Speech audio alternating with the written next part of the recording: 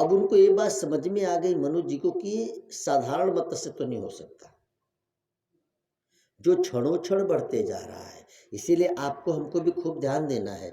हमारा मन जो हमेशा कुछ ना कुछ सोचते ही रहता है, सोए में भी सोचता है, यानी ये मन हमारा नहीं हो सकता।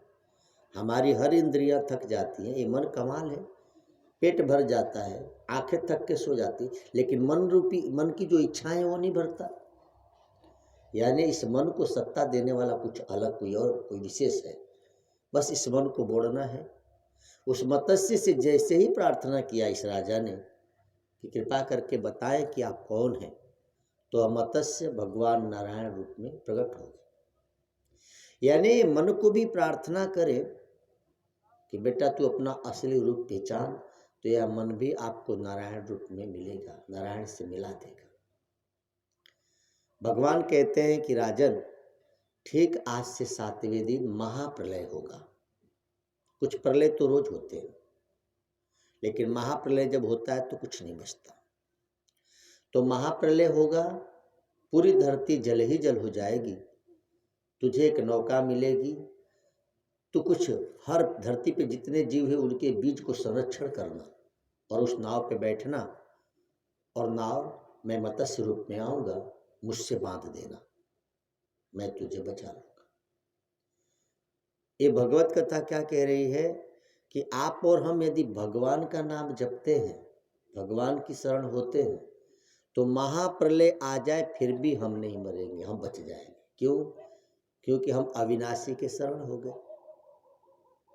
महाप्रलय हुआ, पूरी धरती जलमग्न हो रही है, लेकिन नाव मिली है कुछ संत महापुरुषों के संग।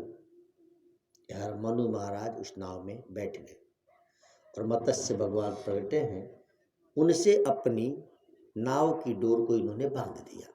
देखिए कितनी सुंदर सा इसका अर्थ है कि भगवान के शरीर से, भगवान के चरणों से, भगवत रूपी नाम से यदि हम अपने जीवन की नाव की डोर बांध दें, तो चाहे कितना हो तूफान आया हो, कितना हो बाढ़ आई हो, जलमग्न हो रहा है, लेकिन हम बचेंगे। आज इस संसार में भी तो ही हो रहा है, बाढ़ आई है, तूफान आया है, कितने लगता है अब डूबे, हलकोर ले रहा है जीव, सुख में, दुख में, मान में, अपमान में। लेकिन इस जीव को क्या करना चाहिए? तो गुरु की ज्ञान नौका पे बैठकर और उस डोर को भगवान से बांध देना चाहिए। मत्स्य नारायण से उसने अपनी नाव की डोर बांध दी, तो महाप्रलय जैसे भयंकर परिस्थिति में भी ये लोग बच गए।